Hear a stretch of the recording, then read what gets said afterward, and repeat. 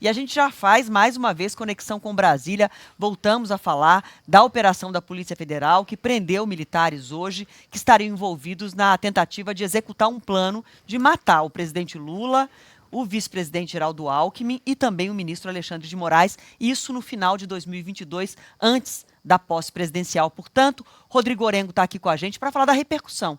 Orengo, já trouxemos aqui a fala do ministro Paulo Pimenta, já trouxemos também as informações dos tweets, né, das postagens dos filhos de Bolsonaro, claro, cada um do seu lado dizendo que entende dessa operação. O ministro Paulo Pimenta disse que está clara a tentativa de golpe e a tentativa, inclusive, de matar os envolvidos. Do lado da família Bolsonaro, exatamente o contrário, que pensar em matar alguém não é crime, foi o que escreveu o filho de Bolsonaro, Flávio Bolsonaro. Como é que isso está repercutindo aí no mundo político em Brasília? Muitas repercussões, viu, Adriano? Boa tarde a você e a todos. E, claro, reações práticas aqui no Congresso Nacional. Domina a pauta do parlamento com manifestações de parlamentares. Hoje é um dia de sessão, aliás, um dia importante de sessão, tem até uma expectativa de conclusão daquela votação das emendas para a liberação de emendas, mas acaba contaminando a discussão do parlamento com manifestação de parlamentares, né? Claro, filho do presidente, Flávio Bolsonaro, falou há pouco aqui numa comissão do Senado Federal, dizendo inclusive que planejar algo não é crime, pensar inclusive em matar alguém não seria crime. Ele, inclusive, coloca lá uma proposta que ele defende, um projeto que ele protocolou, que tornaria isso crime na avaliação dele, né? Claro que na avaliação de investigadores da Polícia Federal e no relatório da Polícia Federal há um outro entendimento, né? Por parte do governo, manifestação de ministros, ministro, inclusive, da Justiça, Ricardo Lewandowski, vai falar logo mais aqui em Brasília sobre esse assunto. Agora, tem reações práticas aqui, Adriano, que é bom ficar de olho, né? Primeiro, delação de Mauro Cid, com depoimento dele hoje aqui na Polícia Federal. É uma delação que está sob grande risco. Por quê? A avaliação é que faltou o Cid colaborar. Quando se fecha uma delação premiada, se cria lá um compromisso de colaboração, em que não pode existir omissão.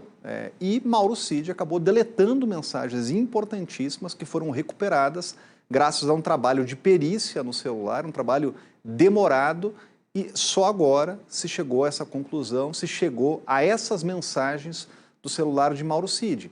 Então, delação de Mauro Cid corre sério risco, depois, inclusive, de descumprimentos de medidas cautelares. Tem que lembrar que Mauro Cid já tinha sido preso, depois de fechar a delação premiada, por descumprimento de decisões judiciais, né? Quando, inclusive, compartilhou um áudio fazendo críticas à Polícia Federal, fazendo insinuações, né, críticas a Alexandre de Moraes, foi preso, depois foi solto com tornozeleira eletrônica. Então, esse depoimento é visto como chave aí nesse processo de delação premiada.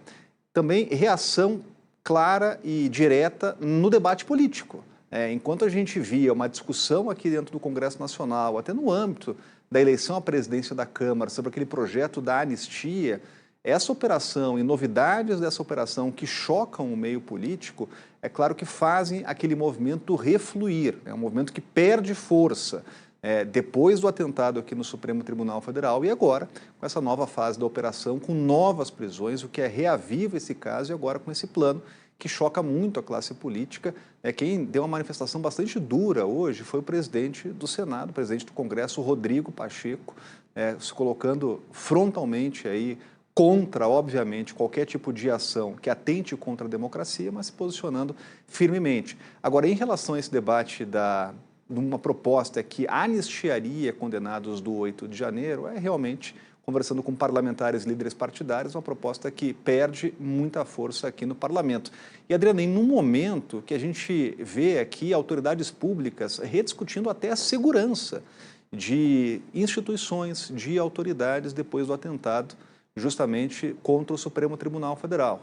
Essa nova operação da Polícia Federal faz aqui todo o esquema de segurança de Brasília ser olhado com outros olhos, né? Ser visto com outros olhos. A gente acabou de ter uma reunião aqui importante, inclusive com o IPHAN, para avaliação de mudanças de logísticas para a segurança de autoridades até dentro do Congresso Nacional, né? Com a avaliação de que isso pode ser feito de imediato. Então, claro, os protocolos de segurança passam a ser vistos com outros olhos aqui em Brasília. E eu acho que é importante a gente destacar, Aurengo, que é muito diferente.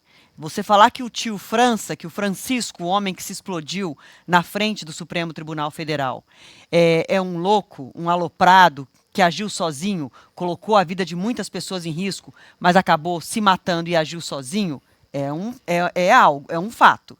Agora, você automaticamente dizer que essas pessoas que agora estão no relatório da Polícia Federal e presos hoje são loucos que agiram da cabeça deles, é muito diferente. Então, assim, se tudo que está no relatório da Polícia Federal for comprovado, essas pessoas tinham cargo, tinham crachá, estavam dentro da estrutura do governo federal, do governo de Bolsonaro, no Exército, em forças táticas especiais, então, na Polícia Federal. Então, é muito diferente você comparar o que fez o homem que se explodiu na frente do STF na semana passada a esse grupo agora preso e investigado pela Polícia Federal. Eu estou colocando isso porque vai ser uma tendência da gente ouvir do lado dos aliados de Bolsonaro que está todo mundo no mesmo nível. É todo mundo que agiu sozinho. Falaram uma coisa aí, mas é só loucura da cabeça deles. Mas se ficar comprovado o que está no relatório da Polícia Federal, a gente está falando de um grupo de dentro do governo, de dentro do Exército, do governo Bolsonaro, que agiu para tentar executar um plano de matar presidente e vice-presidente eleitos, além de um ministro supremo. Então tem uma gravidade muito maior. E é um ponto importante, Adriana, até para a gente acompanhar o processo de investigação. Obviamente, se há uma prisão, há um risco embutido, né? Por isso que a força policial, a autoridade policial solicita a prisão ao Poder Judiciário. Agora, o mais importante desse caso, até para a gente acompanhar, é a conclusão do inquérito. Inclusive, tinha uma expectativa que esse inquérito fosse concluído ainda em setembro. Novas informações foram chegando, inclusive essa informação, que não tinha previsão. Se a gente fala da delação de Mauro Cid, que pode ser revista, é justamente porque existe aí um componente surpresa. Informações que não estavam disponíveis, que graças a um trabalho de perícia, aí sim, os investigadores conseguiram checar esse plano aí, engendrado por esse grupo, segundo a Polícia Federal. Agora, a próxima fase é realmente a conclusão desse inquérito para encaminhamento à Procuradoria-Geral da República, aí sim, para análise e envio de uma denúncia ao Supremo Tribunal Federal, né? Por envolver autoridades, o inquérito está no Supremo Tribunal Federal, a análise fica aqui com a Suprema Corte em Brasília. Tá certo, Aurengo. Obrigada demais pelas suas informações, viu? Pela trazer para a gente a repercussão aí em Brasília.